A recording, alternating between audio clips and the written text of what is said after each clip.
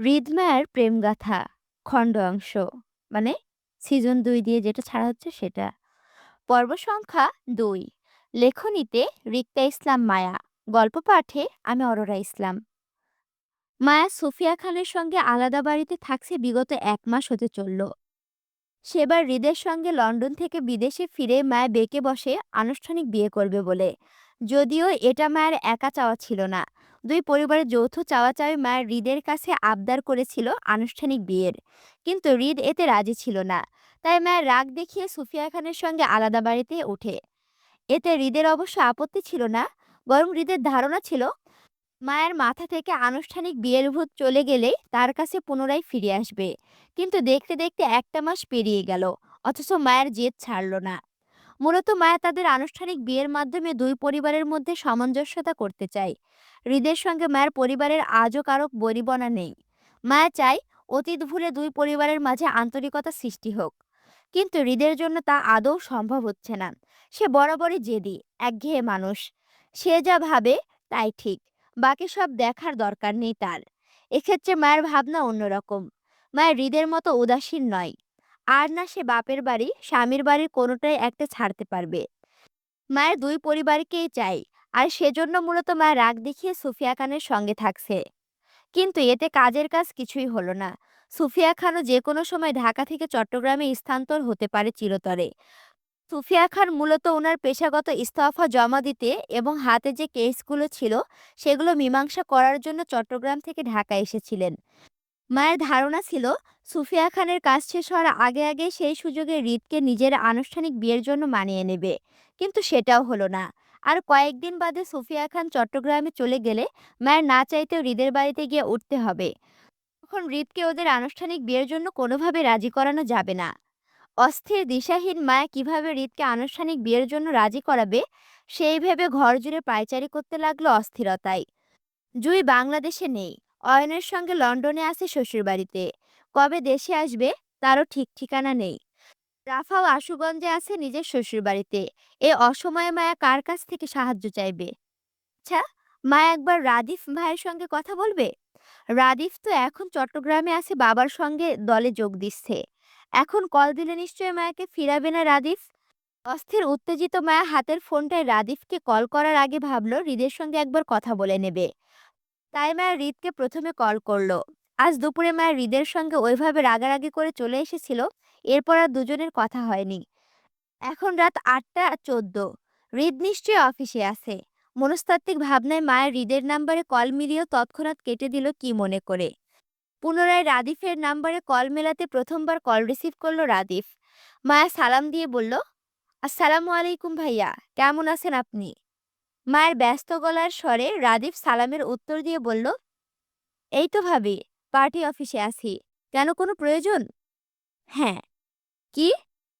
মায়া হাঁসফাঁস করলো রাদিফের সঙ্গে তাদের আনুষ্ঠানিক বিয়ের ব্যাপারটা শেয়ার করতে। মায়াকে হঠাৎ চুপ করে যেতে দেখে রাদিফ মায়ের নিশ্চুপ থাকার কারণ বুঝে চট করেই বলে উঠল, হৃদ ভাই এখনো রাজি হয়নি ভাবে আপনাদের আনুষ্ঠানিক বিয়ের ব্যাপারে? না। হৃদ মায়ের আনুষ্ঠানিক বিয়ের প্রস্তাবটা মায়ের পরিবার থেকে আরিফ রেখেছিল প্রথমে।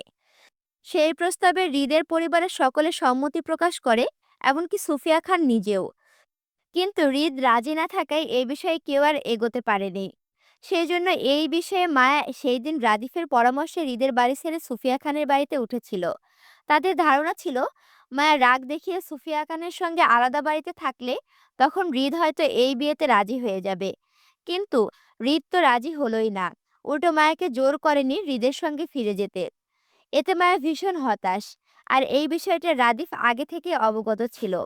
মায়ের হতাশা বুঝে রাদীপ ফের মায়াকে বুদ্ধি দিয়ে বলল, ভাবি, আমরা একটা ভয়ঙ্কর কাজ করতে পারি, যদি আপনি ভয় না পান তো। মায়া উৎসাহ দেখিয়ে বলল, কি কাজ? তেমন কিছু না। আপাতত আমরা হৃদ ভাইকে না জানিয়ে আমাদের দুই পরিবারের মাঝে আপনাদের বিয়ের অ্যানাউন্সমেন্টটা করে দেই। তাহলে কেমন হবে? জানি একটু ছেলে মানুষই, আর একটু রিস্ক হয়ে যাবে। কিন্তু তারপরও এটা ছাড়া আর কোনো উপায় দেখছি না ভাবি। আমাদের কার্য হাসিল করতে হলে ভাইকে না জানিয়ে সবাইকে বলতে হবে হৃদ ভাই আপনাদের আনুষ্ঠানিক বিয়ের জন্য রাজি হয়েছে সেটা। রাদিফের কথায় মায়া মিনমিন করে বলল, মিথ্যা বললে যদি আপনার ভাই রেগে যায় তো? ভাই রেগে গেলেও আমাদের কিছু করার নেই ভাবি। এইটুকু রিস্ক আমাদের নিতে হবে। আর নয়তো আপনাদের আনুষ্ঠানিক বিয়েটা হবে না। হৃদ ভাইয়ের সাথেও আপনার পরিবারের বনিবনা করাতে পারবো না এটা না করলে। রাদিফের কথায় মায়া খানিকটা চুপ থেকে মেনে নিল। মায়া যখন দিশাহীন হয় তখন ভুল পথেও পা বাড়ায়। সেখানে মায়া তো চতুর্থ বিয়ে করতে চাচ্ছে একই স্বামীকে। এটা অবশ্যই দোষের কিছু না, আর না অপরাধ হবে। মায়া রাদিফের কথায় সম্মতি দিতে রাদিফ উৎফুল্লতায় বলল, তাহলে ভাবি আমি আমাদের পরিবারের সবাইকে জানিয়ে দিচ্ছি হৃদ ভাই আনুষ্ঠানিক বিয়ের জন্য রাজি হয়েছে সেটা। আপনিও আপনাদের পরিবারের বিষয়টা জানিয়ে দেন, কেমন? আচ্ছা। আরেকটা কথা ভাবি, আমি এখন আম্মুকে ফোন করে আপনাদের বিয়েটা জানালে আম্মু নিশ্চয়ই হৃদ ভাইকে ফোন করে জানাবে বিষয়টা। আর হৃদ ভাই যে মিথ্যা সহ্য করতে পারে না সেটা আপনিও জানেন। সেজন্য আপনার নিরাপত্তার জন্য সবসময় আম্মুর সাথে সাথেই থাকেন, কেমন? তাহলে হৃদ ভাই আম্মুকে ডিঙিয়ে আপনাকে কিছু বলতেও পারবে না, আর না কিছু করতে পারবে, বুঝেছেন? জি আচ্ছা। দেবর ভাবি মিলে আরো কিছুক্ষণ পরামর্শ করলো। দুজনের পরিকল্পনা অনুযায়ী মায়া নিজের পরিবারে আর রাদিফ খানের পরিবারে হৃদ ও মায়ের আনুষ্ঠানিক বিয়ের ঘোষণা করে দিল। মায়া আরিফের বউ ফিহাকে ফোন করে জানালো বিয়ের বিষয়টা। আর রাদিফ প্রথমে সোফিয়া খান, তারপর নিহাল খান, এরপর একে একে খান পরিবারের সকলকে হৃদ মায়ের আনুষ্ঠানিক বিয়ের ঘোষণা করতে দুই পরিবারের মাঝে হইচই পড়ে গেল হৃদ মায়ের বিয়ে নিয়ে। কে কি করবে সেটা নিয়েও আলোচনাতে বসে গেল সে রাতেই। অথচ হৃদ তখনও অজ্ঞাত, জানতো না তার বিয়ের খবরটা। সুফিয়া খান প্রায় ১২টা নাগাদ হৃদকে ফোন করে জানালো তাদের আনুষ্ঠানিক বিয়ের তারিখটা ঠিক হয়েছে আগামী সপ্তাহে। আয়ন জুই সামনের সপ্তাহে লন্ডন থেকে পরিবার নিয়ে ফিরবে। সুফিয়া খানের কথায় হৃদ তৎক্ষণাৎ উত্তর করতে পারল না। তার বিয়ের খবরে সেই জানে না, অথচ দুই পরিবারের মধ্যে আয়োজনের হইচই পড়ে গেল তার অজান্তে। হৃদ সুফিয়া খানের কল কাটতে একে একে হৃদকে কল করতে লাগলো নিহাল খান, হেনা খান, আরাফ খান এবং হৃদের ফুপিদের সহ। হৃদ কারো ফোন রিসিভ করলো না, কারণ ততক্ষণে হৃদের বোঝা হয়ে গেছে সকলেই তার বিয়ের আনন্দে বিমোহিত। কিন্তু হৃদ এটা বুঝতে পারছে না তার সম্মতিবিহীন তার বিয়ের ডেট ফিক্সড করলো কে, তার বউ। হৃদ সবে বাড়ি ফিরছিল সারাদিনের ক্লান্তি শেষ করে। সামনে ড্রাইভারের সাথে আসিফ বসে। রাত তখন ১২টার ঊর্ধ্বে। এমনিতে হৃদের সচরাচর ৯টার ভেতরে বাড়ি ফেরা হয়। আজ নতুন প্রজেক্টের কাজে তাদের এত দেরি। এর মাঝে হৃদ নিজের বিয়ের খবর মায়ের কাছ থেকে পেয়ে হৃদ হঠাৎ আসিফের উদ্দেশ্যে বলল, আসিফ, গাড়ি থামা।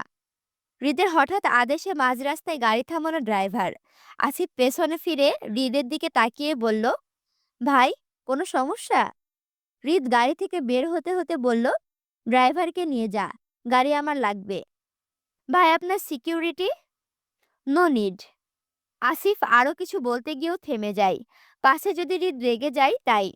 হৃদের কথা মতো আসিফ ড্রাইভারকে নিয়ে বেরিয়ে যেতে হৃদ ড্রাইভারের সিটে বসলো। চোখের পলকে দক্ষ হাতের গাড়ির স্টিয়ারিং ঘুরিয়ে টানলো সুফিয়া খানের ফ্ল্যাটের উদ্দেশ্যে। দীর্ঘ ৩০ মিনিটের রাস্তা অতিক্রম করে হৃদ সুফিয়া খানের ফ্ল্যাটে পৌঁছালো। মধ্যরাতে কলিং বেল বাজাতে সার্ভেন্ট দরজা খুলে দিতে হৃদ সরাসরি গিয়ে পৌঁছালো মায়ের রুমে। যেন সে আগে থেকেই অবগত ছিল মায়া সুফিয়া খানের সঙ্গে ঘুমাবে এই নিয়ে। হলোও তাই। সুফিয়া খান ঘরের আটকানো দরজাটা ঠেলে রুমে প্রবেশ করতে আবছা আলোয় মায়াকে দেখতে পেল। সুফিয়া খানের পাশাপাশি বিছানায় শুয়ে, গায়ে কম্বল গলা অবধি টেনে রাখতে। গম্ভীর হৃদ টু শব্দও করল না, বরং এগিয়ে গিয়ে ঘুমন্ত মায়াকে কোলে তুলে বেরিয়ে যেতেই সুফিয়া খানের ঘুম ভাঙল। তিনি মাথা তুলে দরজার দিকে তাকাতে হৃদ মায়াকে কোলে নিয়ে বেরিয়ে যেতে দেখে তিনি পুনরায় বালিশে মাথা রেখে ঘুমিয়ে গেলেন। হৃদ ঘুমন্ত মায়াকে সামনের সিটে বসিয়ে সিটের বেল্ট বেঁধে দিয়ে সে ঘুরে গিয়ে বসলো ড্রাইভার সিটে। দক্ষ হাতে গাড়ির স্টিয়ারিং ঘোরাতে ঘোরাতে মায়ের পাশে জানালার কাঁচ নামিয়ে দিতেই মায়ের মুখে শাঁসা করে বাতাস ঢুকে গেল মুহূর্তে। সেই বাতাসের তোপে একটা সময় মায়ের ঘুম ভেঙে গেল। ঝাপসা চোখ মিলে পাশে তাকাতে হৃদকে ড্রাইভিং করতে দেখে মায়া নিষ্ক্রিয় মস্তিষ্কে ঘুম জড়ানো গলায় বলল, আপনি অনেক সুন্দর নেতা সাহেব। মায়া তখনও ঘুমের রেশ কাটাতে পারেনি।